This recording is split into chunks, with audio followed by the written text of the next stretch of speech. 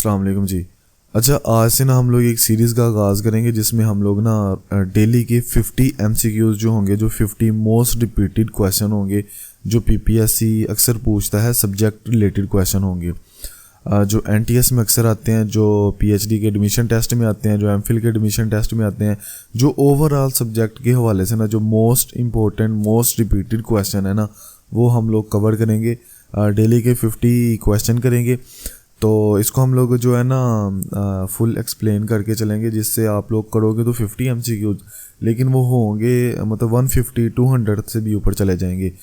तो जो हमारा फर्स्ट क्वेश्चन है वो जी, first synthetic dye mauve was discovered by sir William Henry, was discovered in 1996, 1956, 1856 या 1858। अच्छा, ये जो मॉव है ना, ये क्या होता है? ये जो पर्पल कलर होता है, जिसको हम लोग कहते हैं ना मॉव, पर्पल कलर होता है, ठीक है। तो इसको जो सर विलियम था उसने इसकी डिस्कवरी की थी 1956, ठीक है। ये आप लोगों ने याद रखना है तो कि उसने कब इसकी डिस्कवरी की थी, 1956। और मॉव क्या होता है? ये पर्पल कलर होता है। डाई का आपको पता ही है कि लेक्स और डाई में क्या डिफरेंस होता है, उसमें पहले भी हम लोग उसके ऊपर काफ़ी बात कर चुके हैं जी।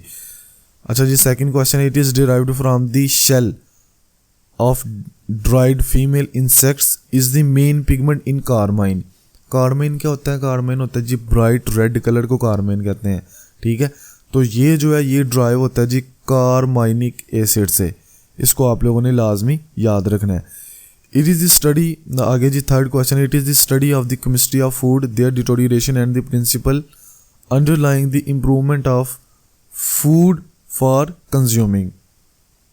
फिर सुनो एक दफ़ा, chemistry of food, their deterioration and the principle underlying the improvement of the foods for consuming.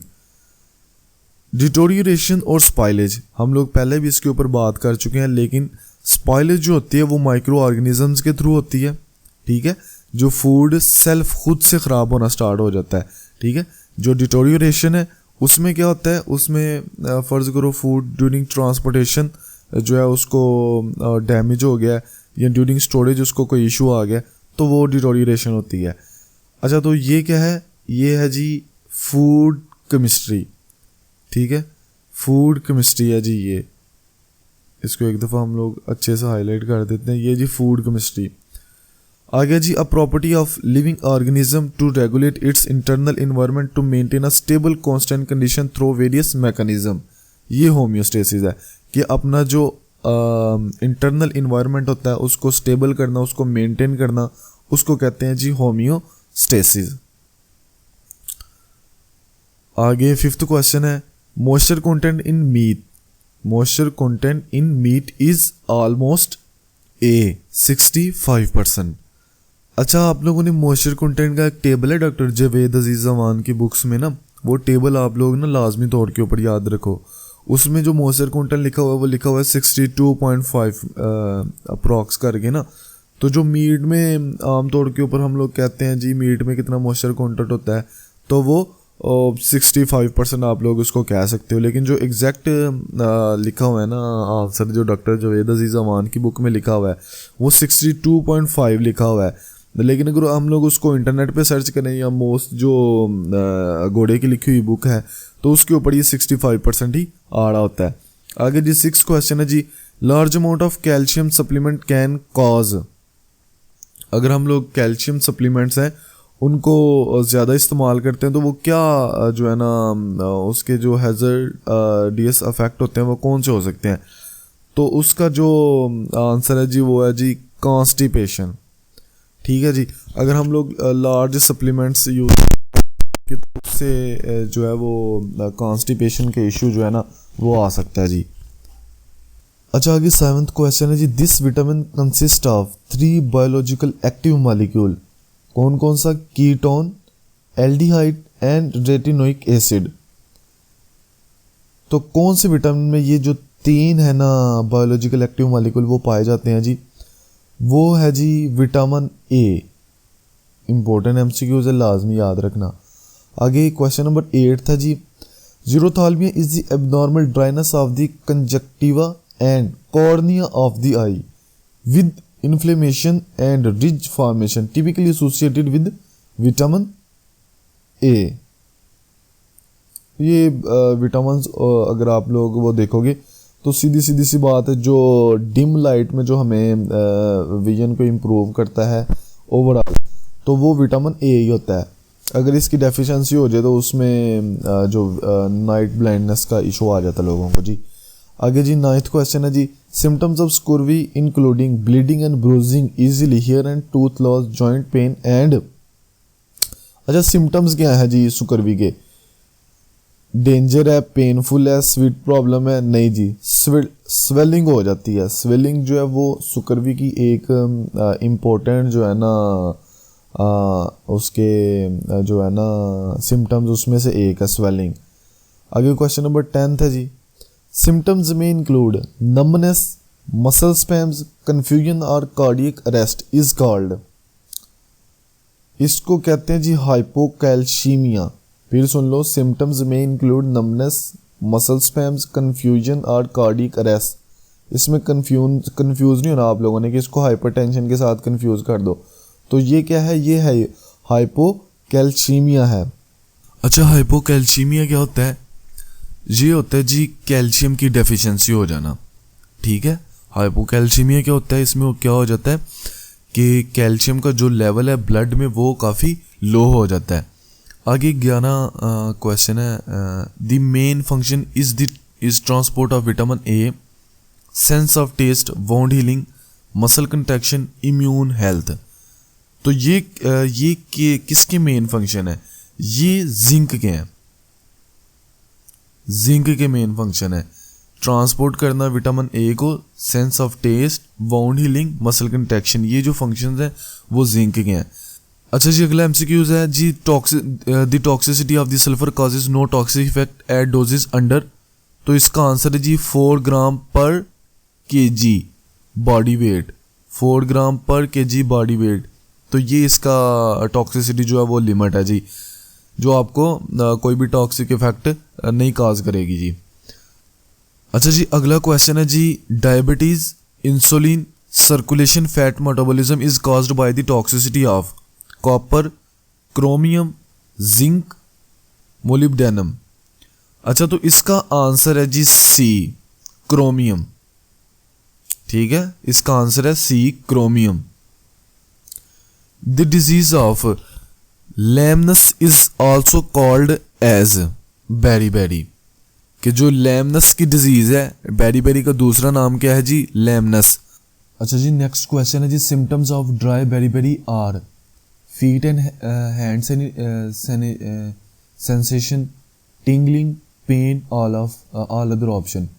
तो ये क्या है जी? All other option. ये सारे के सारे ड्राई बेरीबेरी के सिम्टम्स हैं जी। Jam and marmalade have the water activity of A. Jam और मार्मलेड की जो वाटर एक्टिविटी होती है वो 0.80 से 0.87। ये वाटर एक्टिविटीज़ जितने भी इम्पोर्टेंट हैं ना, उन सब की आप लोग याद कर लेना। ठीक है, ये डॉक्टर जावेद अजीज़ अमान की बुक में ये सारी की सारी लिखी हुई हैं, इसको लाजमी याद कर लेना। इसमें से अक्सर वो क्वेश्चन ना पूछ लेता होता है। आगे जी, yeast, meat, poultry, fish, cereals, legumes, milk, green leafy vegetable, coffee and tea are the source of which vitamin. तो ये विटामिन B3 का सोर्स है। ये विटामिन B3 जो है वो yeast, meat, poultry, fish, cereal, legume, milk में अज़ाफ़ी मिकदार में पाया जाता है। अच्छा जी, सोर्स ऑफ विटामिन सी, ये आप सबको पता है कि विटामिन सी का जो मेजर सोर्स है वो सिट्रस फैमिली होती है। इसमें हमारे पास ऑरेंजेस आ जाते हैं, लेमन आ जाता है। तो ये सारे के सारे क्या हैं? ये सिट्रस फैमिली से हैं जी। आगे है जी, acid base fluid balance, stomach digestion are the function of chloride. ये क्लोराइड का फंक्शन होता है, एसिड बेस फ्लूइड बैलेंस करना, स्टोमिक की डाइजेशन में हेल्प करना। तो ये क्लोराइड का जो है ना वो फंक्शन होता है जी। आगे 20 है जी, cancer, heart disease and liver damage are cause due to the excess use of chloride, iron. ठीक है, आयरन है जी। एक cancer, heart disease and liver damage, ये आयरन की अगर हम लोग ज़्यादा मिकदार में यूज़ करेंगे इसको अपनी डाइट में, तो उससे हमें ये प्रॉब्लम्स हो सकती हैं जी। आगे जी 21 है, tooth and bone growth, eye maintenance, immunity, mucous membrane and the skin tissues are the functions of vitamin A. ये सब किसके फंक्शन है? विटामिन ए के हैं। विटामिन और मिनरल्स अपने फुल पक्के करके जाने हैं आप लोगों ने जी। आगे जी lakes and dyes are, lakes and dyes पूछ रहा है कि कौन सा सोलुबल है और कौन सा इनसोलुबल है जी। इसमें जो है ना ए आंसर है इसका, जो है ना करेक्ट आंसर ए है। लेक्स जो होते हैं वो इनसोलुबल होते हैं और डाइज जो होते हैं वो सॉल्युबल होते हैं। लेक्स जो होते हैं वो वाटर में हल नहीं होते, जो डाइज हैं वो वाटर में हल हो जाते हैं जी। अगला क्वेश्चन है जी, breakfast cereal, snacks food and powder food have the water activity of A less than 0.65। तो इसका करेक्ट आंसर है जी लेस देन 0.65, क्योंकि इसमें मॉइस्चर परसेंटेज वैसे ही बहुत कम होती है, आप लोगों को पता ही है जी। अगला क्वेश्चन है जी 24, हाई डोज में led to the diarrhea are the main reason of the toxicity of A, magnesium. ठीक है, कि अगर हम लोग इसकी हाई डोज लेते हैं तो हमें डायरिया हो सकता है मैग्नीशियम की। आगे 25 है जी, which one is not a macromolecule group of food. तो कार्बोहाइड्रेट है, इमल्सिफायर है, वाटर है। तो इसका जो है ना करेक्ट आंसर वो है सी, इमल्सिफायर। कार्बोहाइड्रेट्स भी आप लोगों को पता है कि मैक्रोमोलिक्यूल्स होते हैं, प्रोटीन वैसे ही लार्ज पॉलीमर्स होते हैं। तो लार्ज जो है वो चेन होती है अमाइनो एसिड्स की, तो इसलिए जो करेक्ट आंसर है वो है जी इमल्सिफायर। आगे 26 है जी, hydrophobicity of the liver is associated with ionic compounds. ठीक है, हाइड्रोफोबिसिटी जो होती है लिवर की वो आयनिक कंपाउंड के साथ लिंक कर रही होती है जी। Olive oil is rich in, 27 है जी, olive oil is rich in oleic acid. ठीक है, इसमें आप लोगों ने करेक्ट आंसर है जी ओलिक एसिड। आगे 28 है जी, which one property is not directly associated to chemical composition of raw food. इसका आंसर है जी C, safety aspects of products, safety aspects of product. आगे 29 है जी, EPH and DHA types lipids are mostly found in, most important MCQs है, again सुन लो। EPH and DHA types lipids are mostly found in, अच्छा EPA and DHA ये दो important lipids होते हैं जो फिश में पाए जाते हैं। ईपीए स्टैंड फॉर क्या होता है? इकोसा पेंटोनिक एसिड, और डीएचए स्टैंड फॉर डिकोसा हेक्सानोइक एसिड। इसको आप लोगों ने लाजमी याद रखना है, इसकी एब्रीवेशन जो आप लोगों को बताई है वो भी आप लोगों ने लाजमी याद रखनी है। आगे 30 है जी, which one has not a glycerol unit as backbone. तो ये है जी ग्लिसरोफॉस्फोलिपिड्स। इसमें जो है ना ग्लिसरॉल जो है ना वो बैकबोन यूनिट नहीं होता। आगे चलते हैं जी, which one has a narrow range of melting point. फिर सुन लो 31 है, which one has narrow range of melting point. तो इसका करेक्ट आंसर है जी वेजिटेबल बटर। 32 है जी, the biggest part of human body is composed of. ये आप लोगों ने मुझे कमेंट सेक्शन में बताना है, ठीक है। The biggest part of human body is composed of, किस चीज़ से बना होता है ये मुझे कमेंट सेक्शन में बताओ। यहाँ पे जो इसका आंसर है वो है जी नन ऑफ दीज।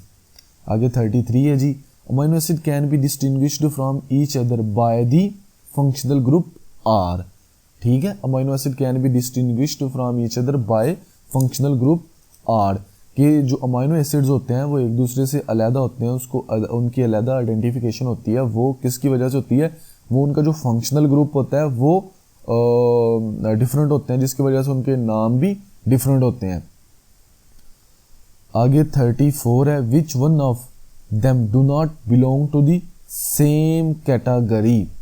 फिर सुन लो एक दफ़ा, which one of them do not belong to the same category.